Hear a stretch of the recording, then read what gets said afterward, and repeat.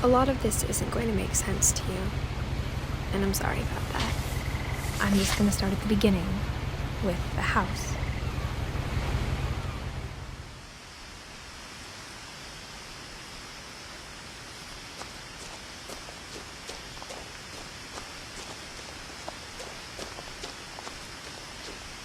I lived here until I was 11, but I wasn't allowed inside half the rooms.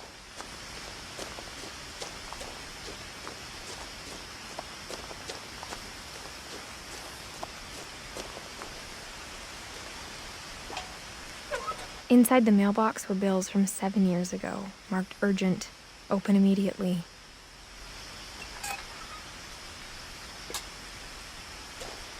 I hadn't been back since my brother Lewis's funeral.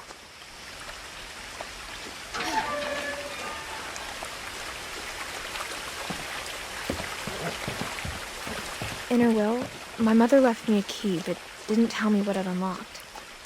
Maybe she thought I'd know. Or she thought that the mystery would be enough to bring me back.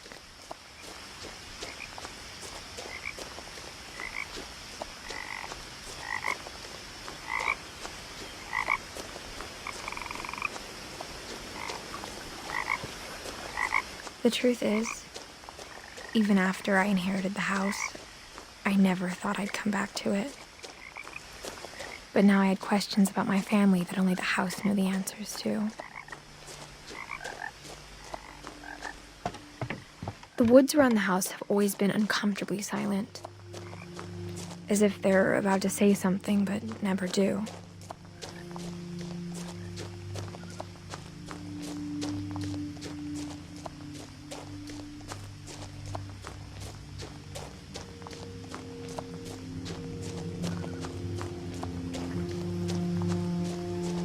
The house was exactly like I remembered it, the way I'd been dreaming about it.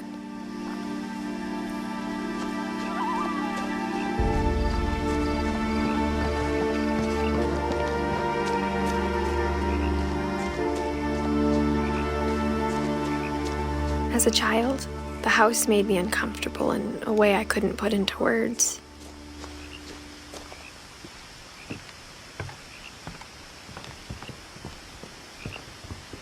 I asked Edie once about the dragon in the pond. She said it had killed her husband.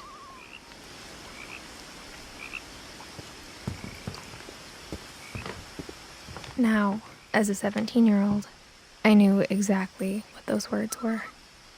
I was afraid of the house.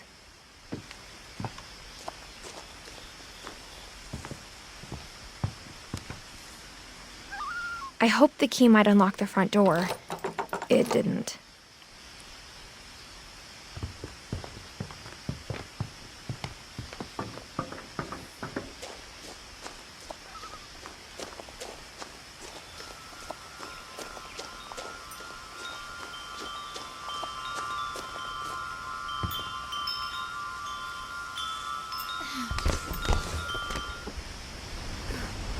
Crawling through the doggy door used to be a lot easier when I was 11.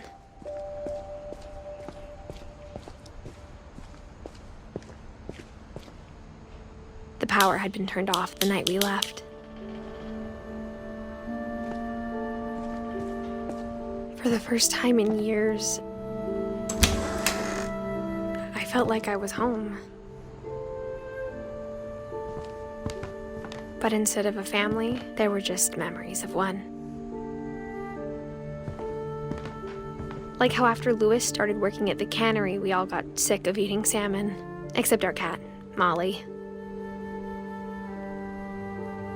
Or how only one restaurant would deliver to our house, so we had Chinese a lot.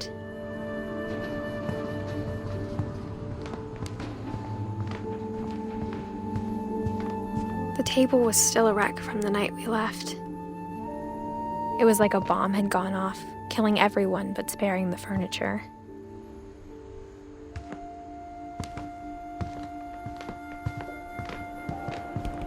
My mom was the only one of us who could imagine Great-Grandma Edie living in a nursing home.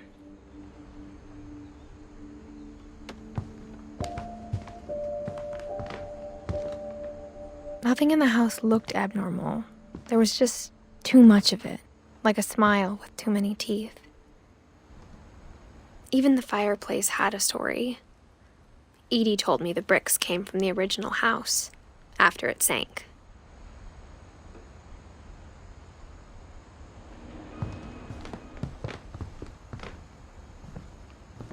Mom always told me to stay out of the basement, so I wasn't too surprised when the key didn't fit.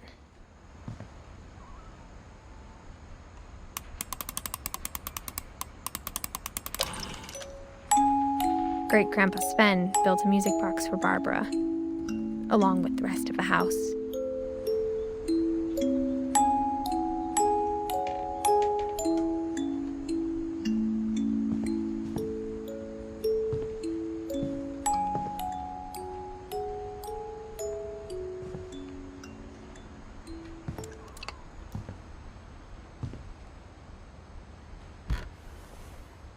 Edie told me once that every Finch who ever lived is buried somewhere in the library.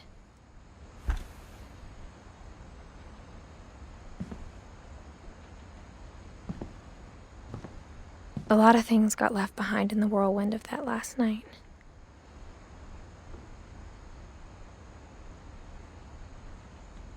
My mom wasn't much of an optimist, but she never stopped believing that my brother Milton was alive.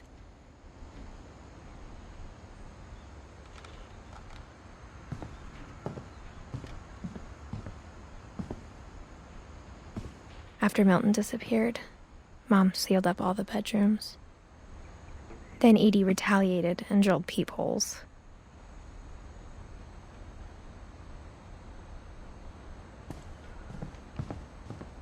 I spent a lot of time playing in Great Uncle Walter's room. I think my mom sometimes regretted not sealing it up.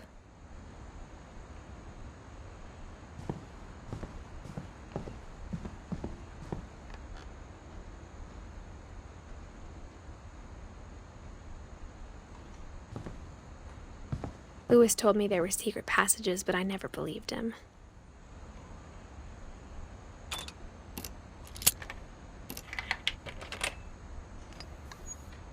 Turns out, my mom was really good at keeping secrets.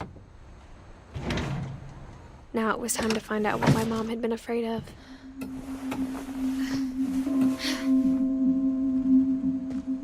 Reading this, maybe it sounds like I had a plan, but I had no idea what was behind that door.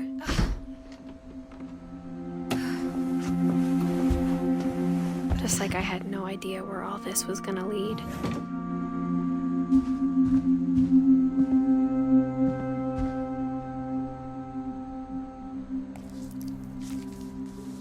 December 13th, 1947. Dear Diary, I'll be gone soon, but I wanted to tell somebody about what's gonna happen. It started when Mom sent me to bed without dinner. I woke up and I was starving, so I looked around for something to eat.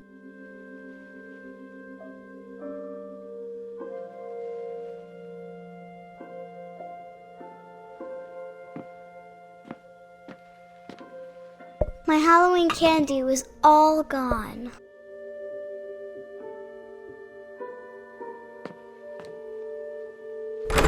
Mom, can I come out now? Sweetheart, it's late. Go to sleep. The gerbil food was dry, but I didn't mind it.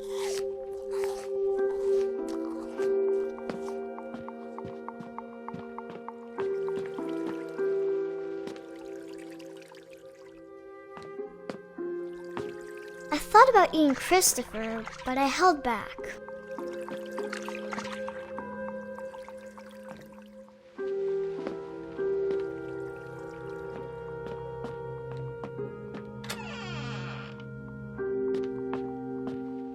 I kept eating and eating.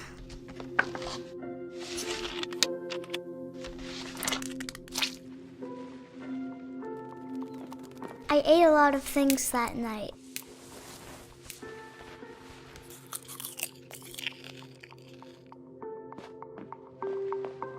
Then I heard chirping outside my window. It was a barn swallow going back to her nest. I reached out for her.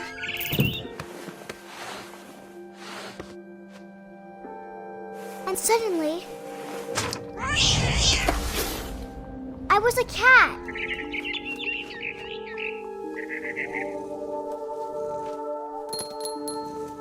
I tried to be quiet, but the bird was really scared.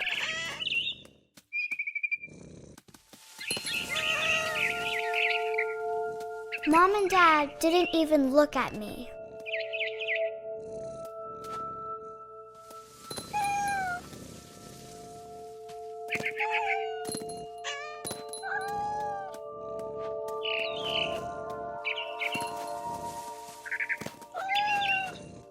I jumped and I almost got her.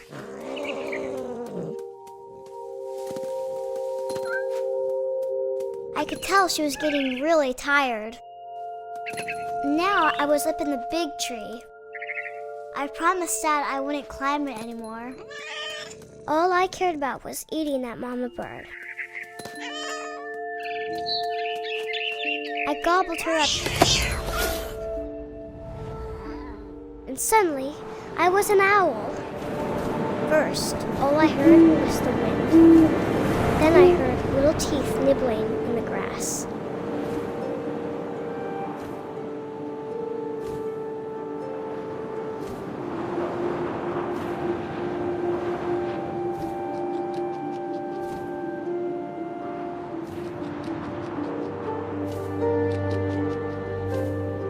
Rabbits.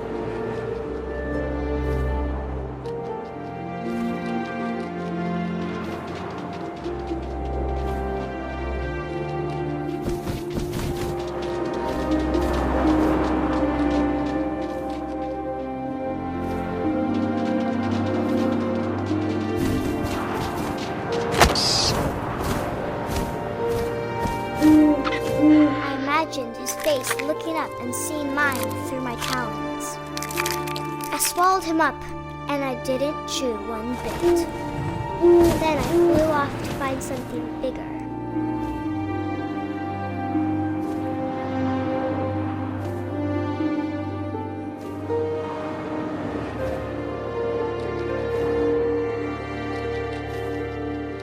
A mama rabbit.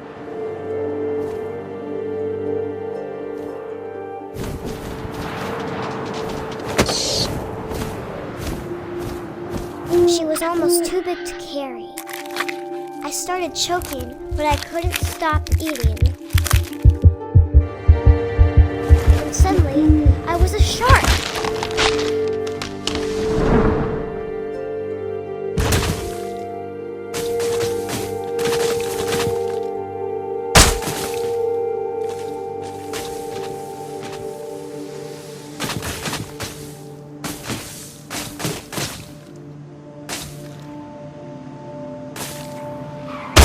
I rolled off a cliff and into the ocean. Now, I was hungrier than ever.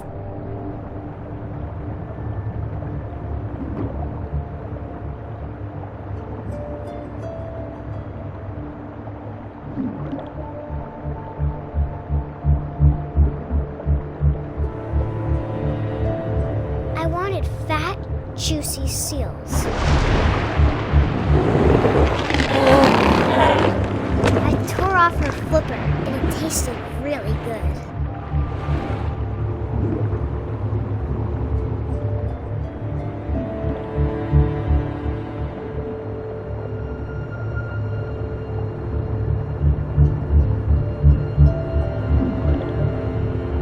I grabbed on tight, but I was so hungry, I jumped out of the water. When I opened my eyes, everything had changed. Now I was a monster, and I smelled people everywhere.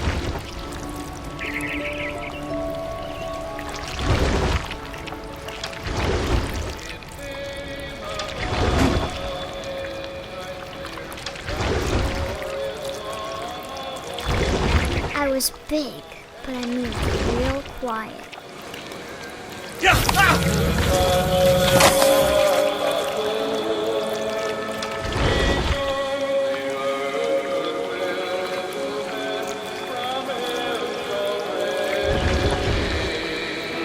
I wanted to stop, but also I didn't.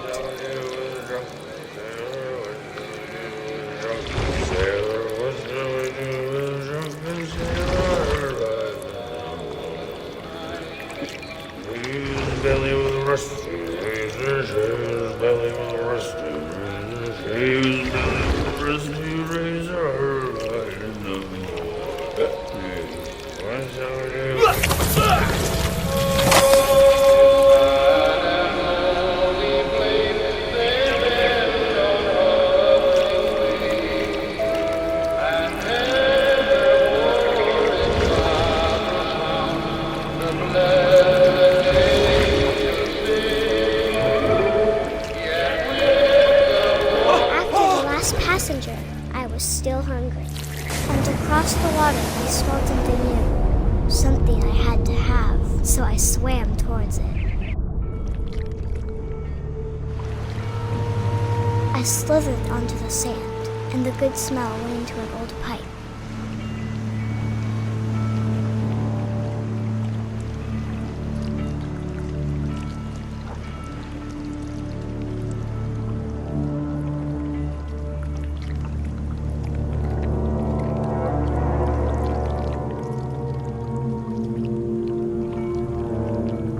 I got closer and closer.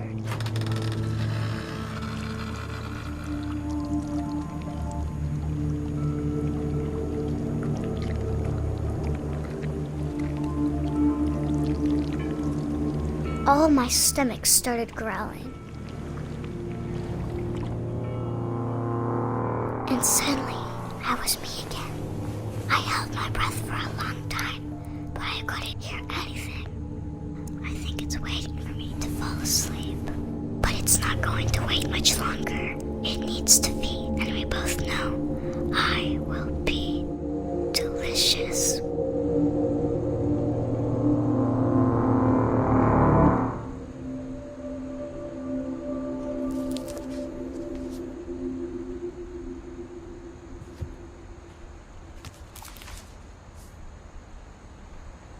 I'm not sure if I believed all of that, but I'm sure Edie would have.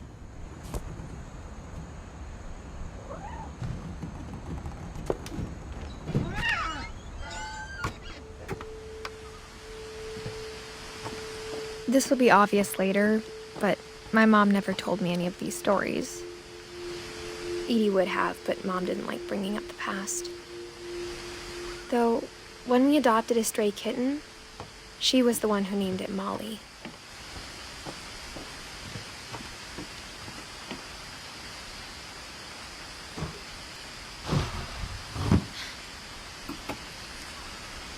I spent a lot of time in Great-Grandma Edie's room. Her room was like a museum. For 500 years, the Finches have been famous throughout Norway for their fortune and misfortune. Odin Finch buries the latest victims of the family curse, his wife Ingeborg and their newborn son, Johan. On January 7th, 1937, he set sail with his family and his house, hoping to leave the curse behind. But 40-foot waves off the coast of Washington send the house and Odin to the bottom of the sea. Odin's daughter Edie, with husband Sven and baby Molly, step ashore on their new home, Orcas Island. Odin Finch is the first to be buried in the new family cemetery. His daughter Edie is already dreaming of a new Finch house.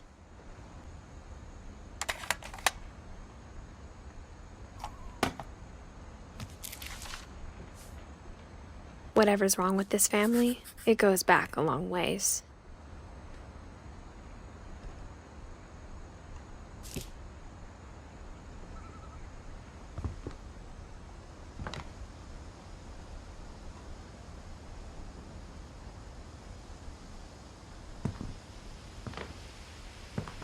Louis died a week before we left, but Edie had already started to memorialize him. Edie knit me a new pair of gloves every year, just in time to replace the old ones.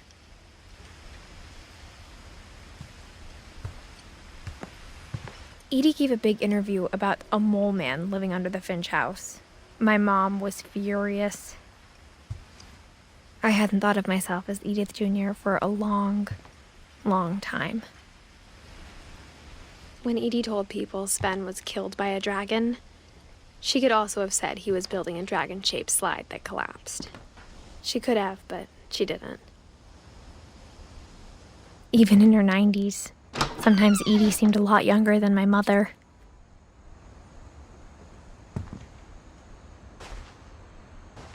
The only trace Grandpa Sam's first wife, Kay, left on the house was the pink bathroom. It was a pretty big trace.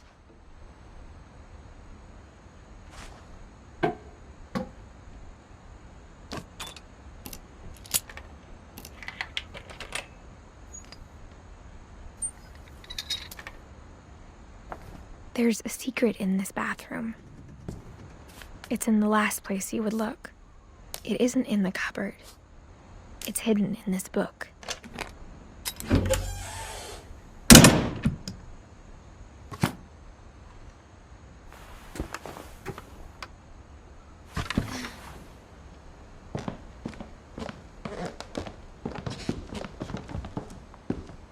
From the paintings on the wall, it was clear my brother Milton had been here before me.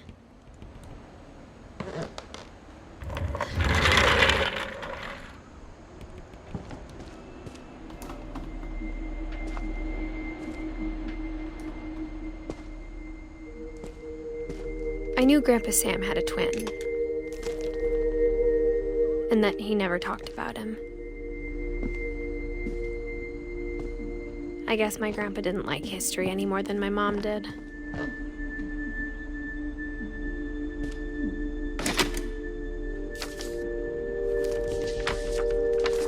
How I Want to Remember My Brother by Sam Finch. The thing I remember is that when he made up his mind, that was it. My brother said he'd die before he ate another mushroom, and he did.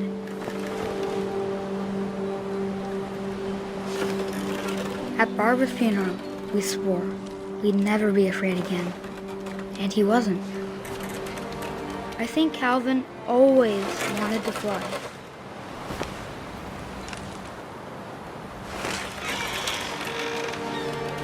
Sam! Calvin! Dinner's ready! Coming! But that day, he finally made up his mind to do it. I told him going around was impossible. Maybe if I hadn't said that, Calvin, I'm not gonna tell you again. maybe if the wind hadn't picked up, then maybe he'd still be here. But I doubt it. I think he'd already made up his mind. That's what I want to remember about my brother.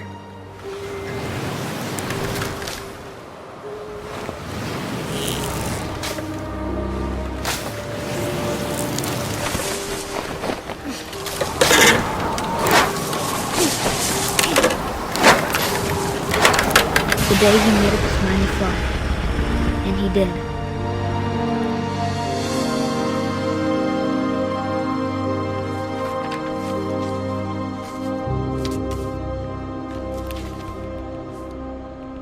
Calvin's story felt strangely familiar.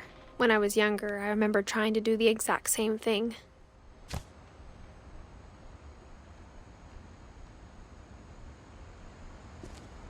After the funeral, Edie roped off Calvin's half of the room. Mom said Grandpa Sam enlisted at 18 and never set foot in the room again.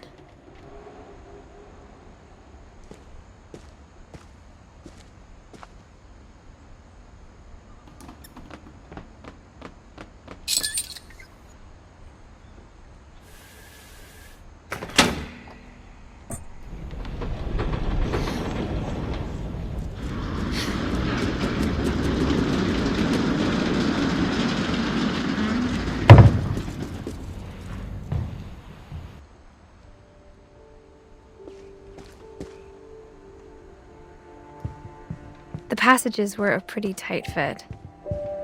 They'd obviously been built for smaller hands and bellies.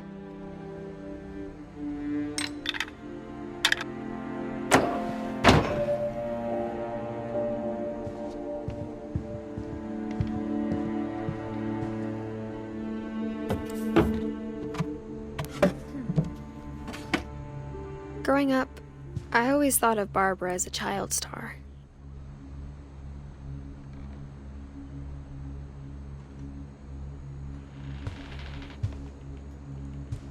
I never thought about how hard it must have been for her afterwards.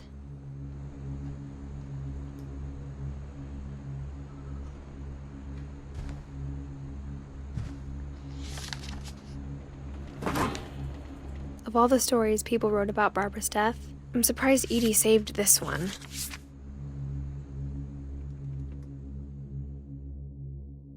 Old Jack here with another ghastly tale inspired by America's most unfortunate family. I'm calling it The Surprise Ending of Barbara Finch. As a child star, Barbara was famous for her scream. Now at 16, she was all washed up. A has-been. But in a lucky break, she'd been asked to perform her signature scream at a local convention for monster movie fans. It was just the boost her career needed. Unfortunately, her scream hadn't aged well. Getting better. I think you just need the right motivation. Her biggest fan and current boyfriend, Rick, was about to demonstrate when... Now that was a great scream. It was Barbara's father, Sven. He'd slipped into a table saw and had to be rushed to the emergency room. So Barbara got stuck babysitting her youngest brother, Walter. Her convention comeback was cancelled. Okay, I'm hearing frustration, but I'm not hearing terror.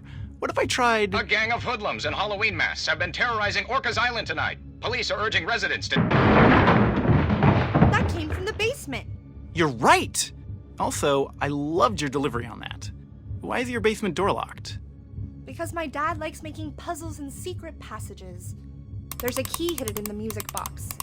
The secret is to keep winding and winding until finally the key pops out. Thanks, babe. I'll be back in a sec. 20 minutes later, Rick hadn't returned. So Barbara went to look for him, right on cue. She reached for the music box.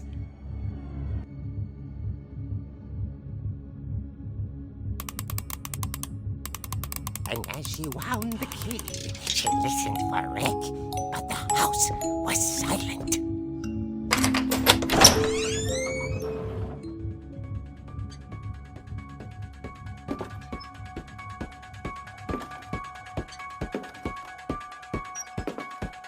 She found Rick's crutch and imagined the worst.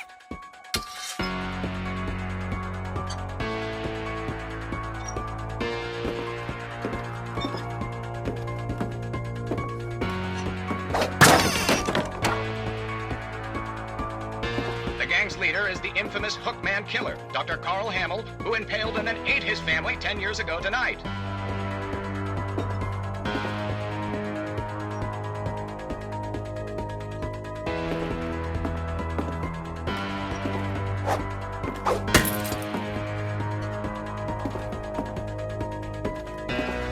The old fridge rattled and grew still. Oh dear!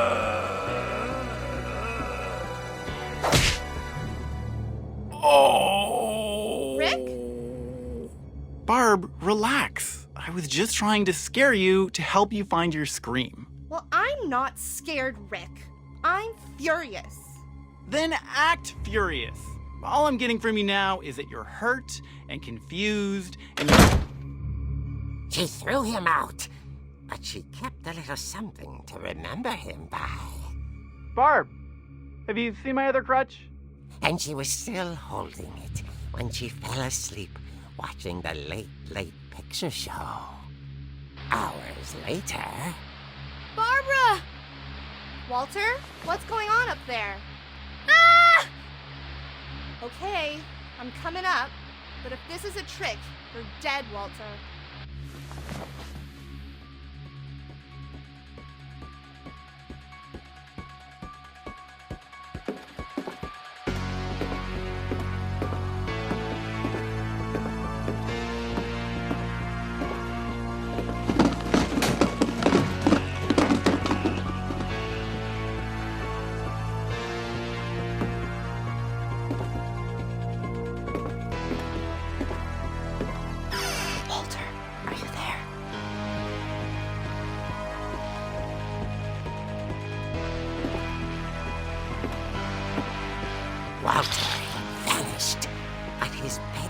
radio was still on.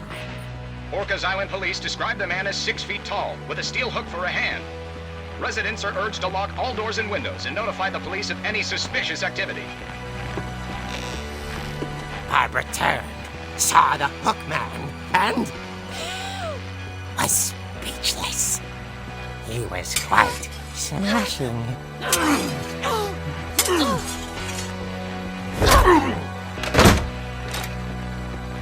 And he was.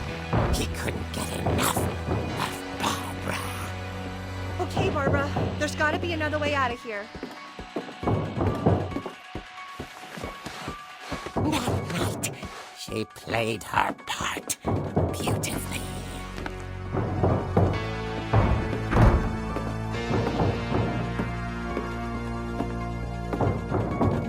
Molly's door hadn't been opened in years. The hinges groaned.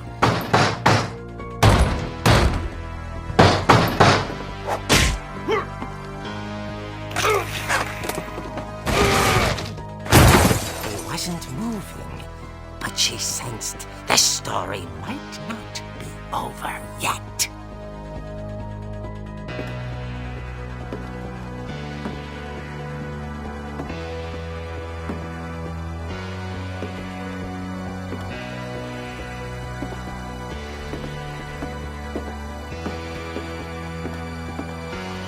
The hookman had vanished.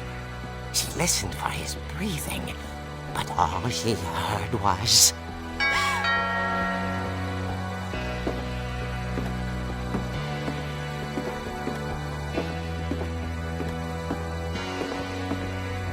At the door, she heard whispering.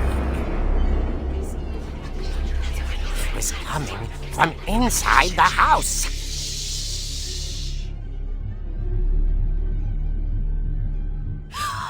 Oh dear.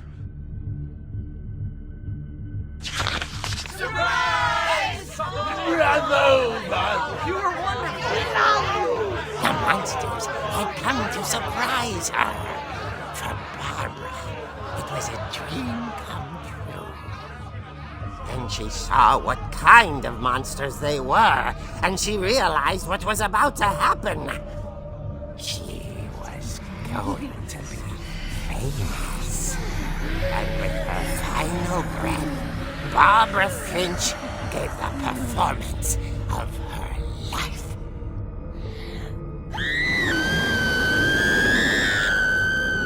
I wasn't there myself, but I hear Barbara was magnificent.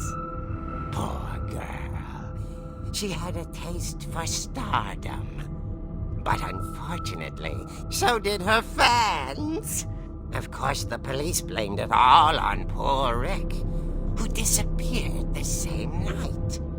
And little Walter? Hiding under his bed the whole time.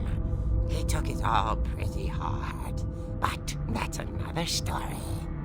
As for Barbara, tucked inside the music box is all they ever found of her.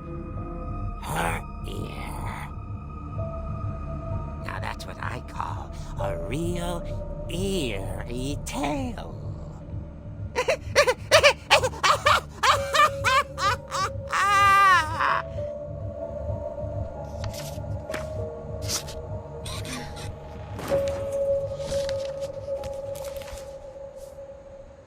Edie told me all Barbara wanted was to be remembered, as absurd as that comic was. Maybe what Edie saw was a happy ending.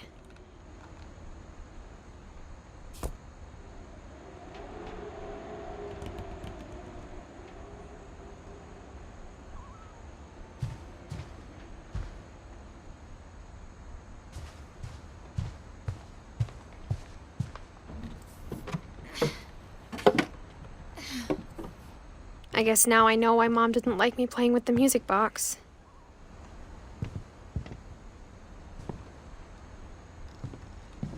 Whenever people ask me about my family, the first thing they always want to know about is Barbara.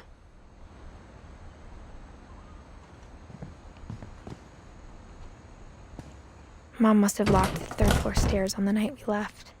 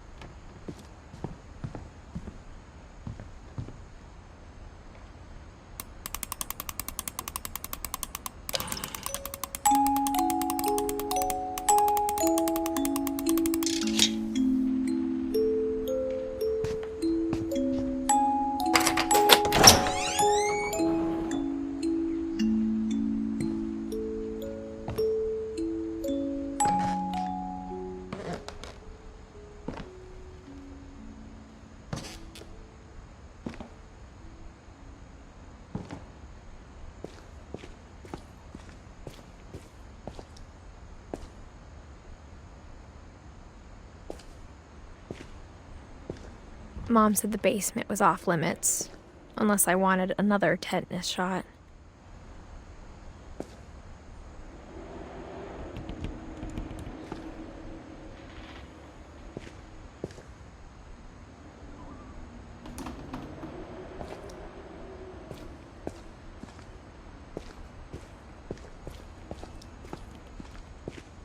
I saw Edie sneak down to the basement once, carrying packages.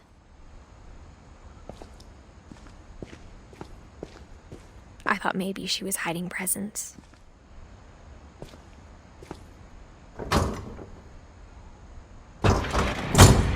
It turned out she was hiding a lot more than that.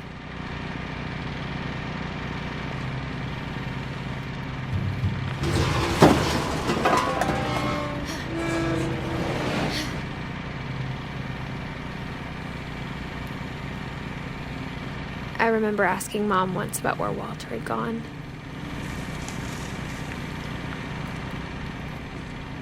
She said after Barbara died, he got as far away as he could.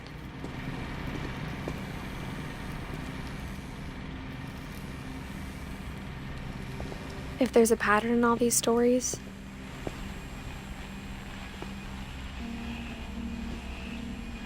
I think it's that none of us has gotten very far.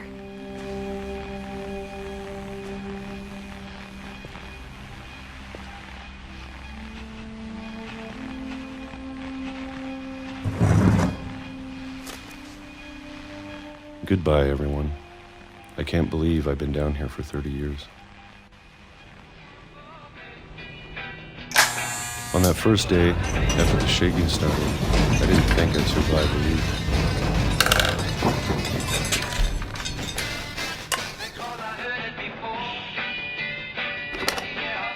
But after a few days, I settled into a routine.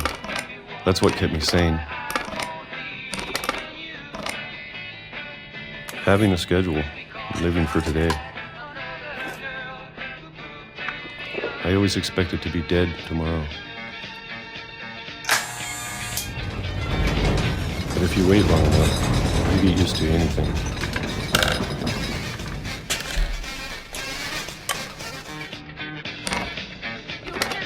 Even a monster on the other side of the door starts to feel normal. Almost friendly.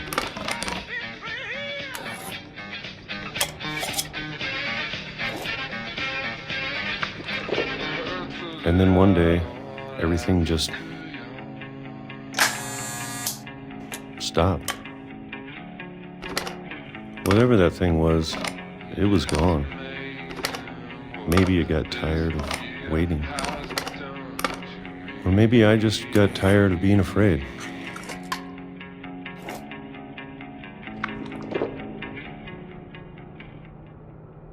It's been a week now, the longest in 30 years. I'm done waiting. I have to leave while I still can.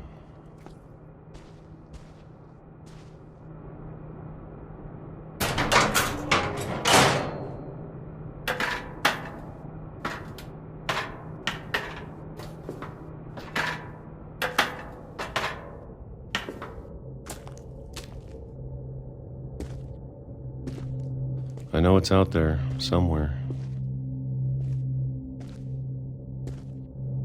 Whatever killed Barbara and Molly and Calvin.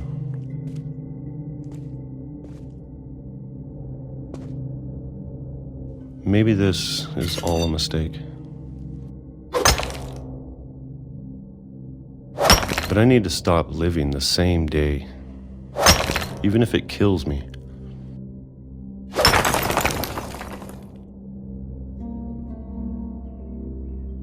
Whatever's out there, I want you to know I'm ready for it. I'm going to appreciate all of it, especially the food. I don't mind if I only have a year left, or a month, or a single week. I'd be happy with one new day. I can already imagine the sun on my face.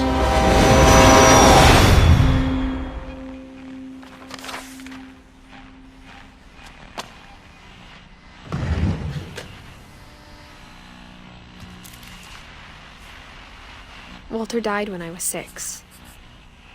I can't believe my mom never told me he was down here.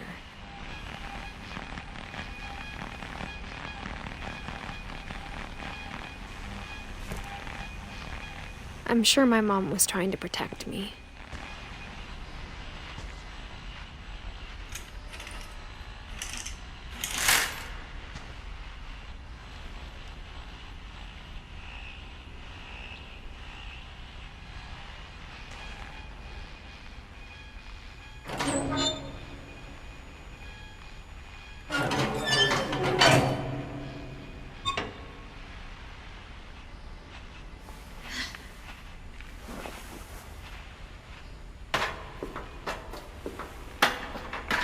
Maybe she was afraid I'd end up like Walter.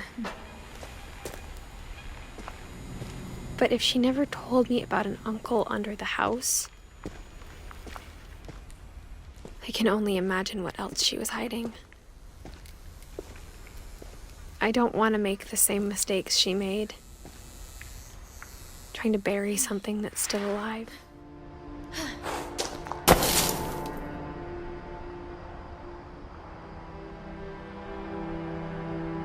Now that there's only one of us left, or maybe 2,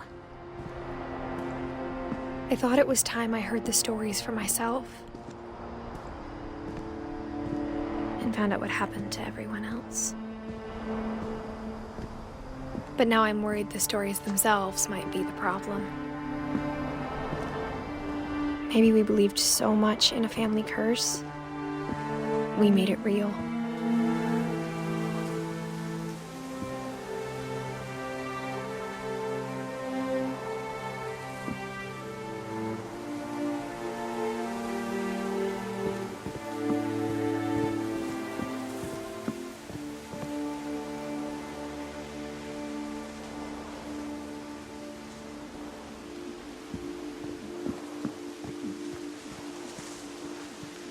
I don't know if I should even be writing this.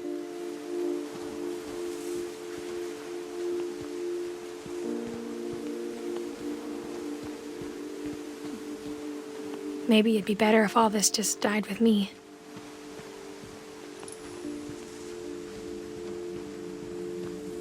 But I thought you should know about your family.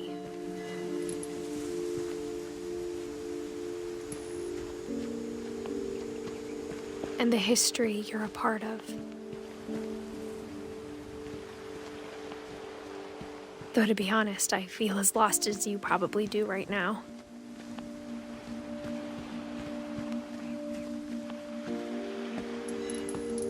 I think the people in these stories believed them, for what that's worth.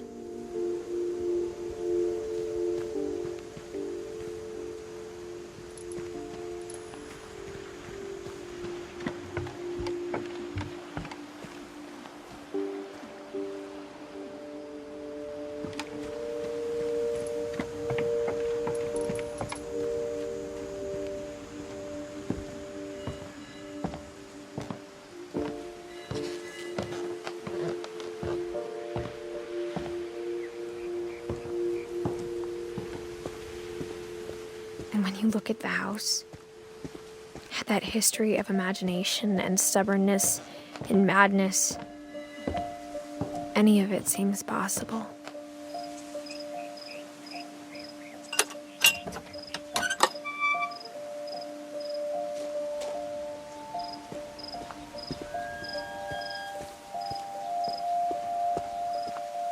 I think we've been surrounded by death for so long, we've just gotten used to it.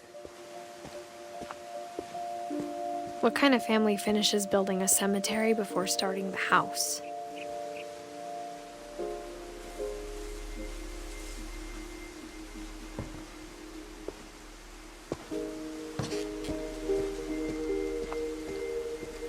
It's embarrassing for me to admit this, but the pet cemetery made me more uncomfortable than the human one.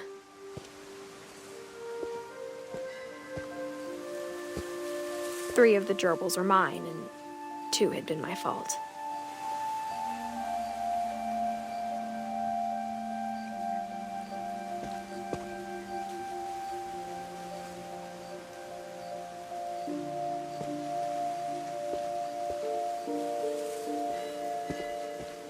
Sven built the house, but it was Edie who designed the cemetery.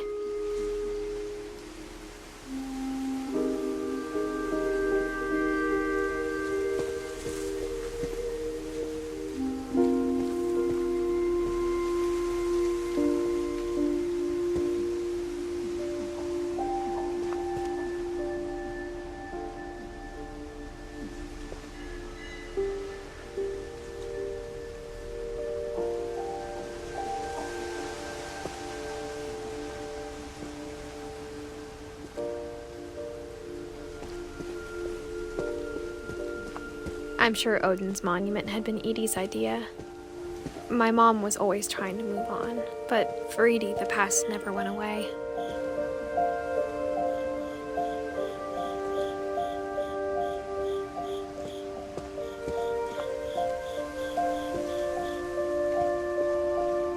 She could see it poking out of the water at low tide.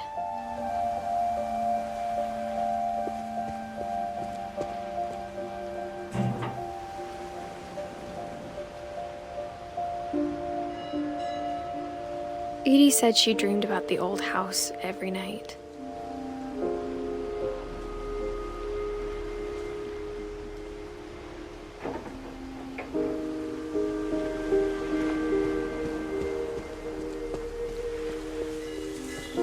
Edie's side was always easier for me to understand. But the older I get, the more I can see where my mom was coming from.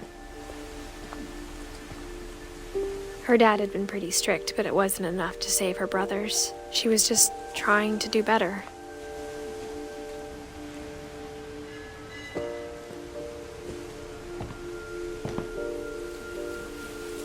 She lost 2 of her brothers, just like I did. I get why she tried so hard to protect us.